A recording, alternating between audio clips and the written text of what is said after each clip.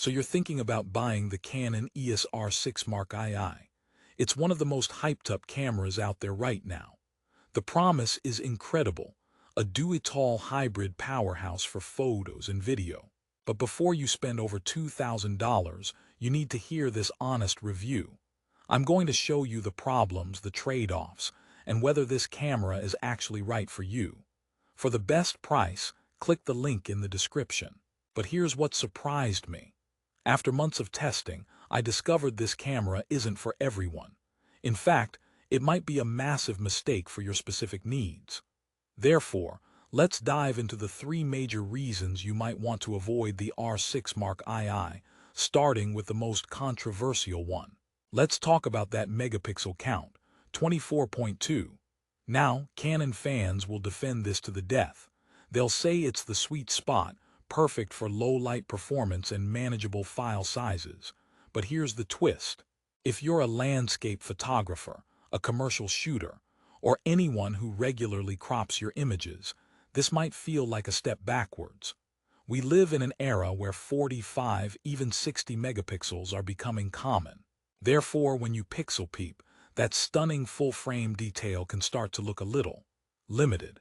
It's like having a sports car but only being allowed to drive it in first gear. You feel the power, but you're not using all of it. This leads us to the first major problem, the resolution ceiling. You see, the R6 Mark II inherits this sensor from its predecessor. The DIGIC-X processor is a beast, sure, cleaning up noise beautifully. But that 24-megapixel barrier creates a real limitation. Think about it.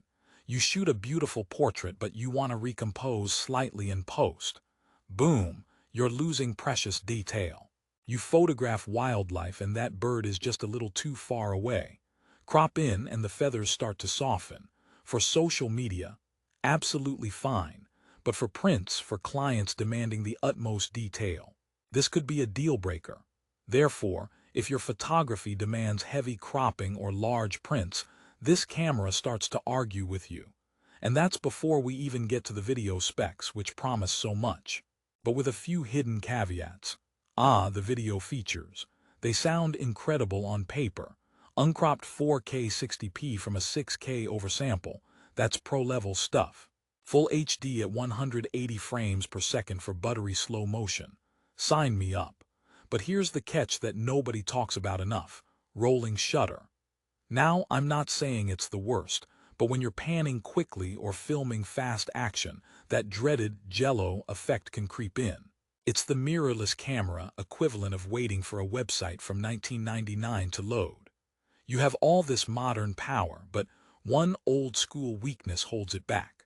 Therefore, for fast-paced run-and-gun videography, you might be frustrated, especially when you consider the next point, which is less of a problem and more of a personality trait.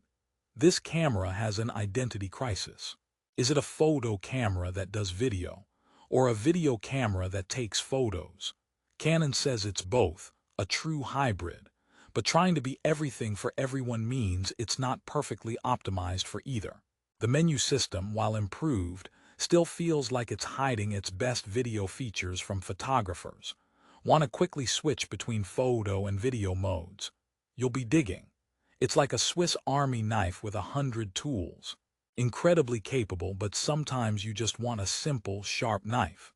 And speaking of tools, let's talk about the one feature everyone raves about, the autofocus.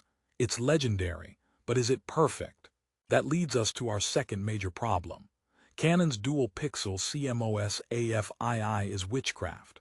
The subject detection is insane. People, animals, cars, even horses, trains, and planes. It sticks to an eye like it's magnetized. But here's the contrarian snapback. It can be too good. Sometimes, when you're in a complex scene, think a busy street or a forest, the camera gets a little overexcited. It'll jump from subject to subject like a kid in a candy store. You want it to focus on the person in the background, but it latches onto a leaf in the foreground. You have to really master the custom settings to tame this beast. Therefore, for beginners, this intelligent system can sometimes feel unintelligent. It's like having a super smart assistant who keeps finishing your sentences. incorrectly. Now let's address the battery life, a classic mirrorless camera pain point. Canon says it's improved, and it is compared to the first R6. But if you're planning a full day of heavy shooting, especially using that dazzling electronic viewfinder and continuous high-speed bursts, you'll want a spare battery or three. Relying on USB-C power delivery is an option, but then you've got a cable dangling from your camera. It's the old you can have it good, fast, or cheap triangle, but for cameras it's powerful, portable, or with long battery life. You only get to pick two. This brings us to the final and perhaps most important reason to pause before buying: the price. At over $2,000 for the body only, this is a serious investment. But here's the kicker: the ecosystem cost. You're buying into the RF mount. And RF lenses, they're spectacular. They're also famously expensive. That affordable adapter for your old EF lenses helps, but to unlock the camera's full potential, you're looking at lenses that can cost as much as the body itself. Therefore, the real cost of the R6 Mark II isn't just the sticker price. It's the doorway into a premium system. It's like buying a gorgeous sports car and then realizing premium fuel and insurance will cost you a fortune.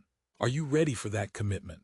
Because if not, there are other cameras in this price bracket that might offer a more complete package out of the gate.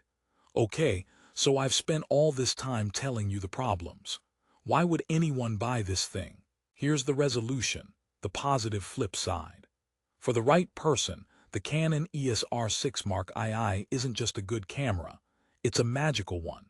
If you're a hybrid shooter who needs excellent performance in both photo and video without the extreme file sizes of a 45MP sensor, this is your Goldilocks camera.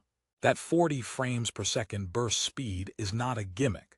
It's a genuine tool for nailing the perfect moment in sports or wildlife. The low-light performance is stellar, producing clean images where other cameras would give up. The color science straight out of camera, especially for skin tones, is simply beautiful and saves hours in editing. And let's be honest, that autofocus, once you learn its quirks, is the best in the business for tracking moving subjects. The build quality is superb. The in-body image stabilization works wonders with even non-stabilized lenses, and the vari-angle touchscreen is a dream for vloggers and weird shooting angles. The fact that it doesn't overheat during long recordings is a huge win for event videographers. So, who is this camera actually for? It's for the passionate enthusiast, the wedding photographer who also shoots highlights, the content creator who demands top-tier quality, and the hobbyist who wants one camera to rule them all and isn't bothered by the megapixel count. It's a workhorse, not a pixel-peeping studio queen.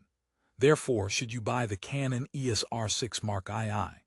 If the problems I outlined, the 24MP limit, the rolling shutter, the RF lens ecosystem cost, are genuine hurdles for your work, then no, look at something like the Sony A7 IV or wait for the next generation. But if those are acceptable trade-offs for getting a fantastically balanced, incredibly capable, and joy-to-use hybrid camera that excels in speed and autofocus, then yes, absolutely. It's a brilliant tool. Just know what you're signing up for. Don't buy it because of the hype. Buy it because it solves your specific problems. And if you've decided it's the right tool for you, for the absolute best price on Amazon, click the link in the description below. Thanks for watching.